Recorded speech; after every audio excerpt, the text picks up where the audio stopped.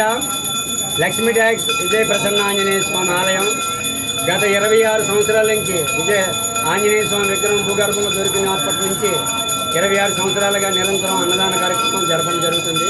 ప్రతి శనివారం 200 మందికి, అలాగే ప్రతి మంగళవారం 200 మందికి, వినాయక చవితి, దసరా, దీపావళి, నాగల చవితి ప్రతి హిందూ పండుగకి కూడా 1000 మంది భక్తులకు, అలాగే సీతారామ కళ్యాణానికి 1500 మందికి, హనుమత్ జయంతికి 2000 మందికి, హనుమత్ వ్రతానికి 2000 మందికి అన్నదాన కార్యక్రమాలు నిర్విఘ్నంగా కొనసాగడం జరుగుతుంది. కావున భక్తులందరూ తండోపాలుగా వచ్చి స్వామివారి దర్శనం చేసుకున్నారు. ఈరోజు సీతారామ కళ్యాణం సందర్భంగా ప్రత్యేకమైన కళ్యాణం చేయడం జరిగింది. అలాగే గౌరవనీయులు ఎమ్మెల్యే గారు వంశీకృష్ణ శ్రీనివాస్ గారు విచ్చేశారు.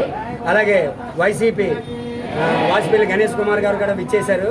అలాగే కూటమి నాయకులు, అలాగే వైసీపీ నాయకులు అందరూ కూడా ఈ ఆలయాన్ని సందర్శించి స్వామివారి ఆశీస్సులు తీసుకున్నారు. అలాగే నిరంతర అన్నదానాన్ని కూడా ప్రయత్నిస్తున్నాం. స్వామివారి ఆశీస్సులు కానీ ఉంటే అలాగే అందరికీ కూడా నిరంతర అన్నదానం చేయడానికి ప్రయత్నిస్తున్నాం. జై శ్రీరామ్, జై శ్రీరామ్. ఈరోజు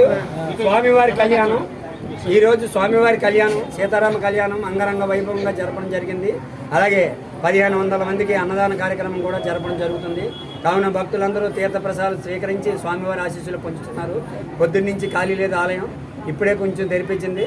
అన్నదాన కార్యక్రమం మరి కొద్ది క్షణాల్లో స్టార్ట్ చేయడం జరుగుతుంది.